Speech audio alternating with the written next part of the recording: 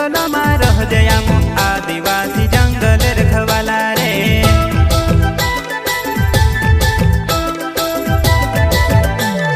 चल जंगल जमीन काजे पूजे रे आदिवासी दुनिया ने रखवाला रे।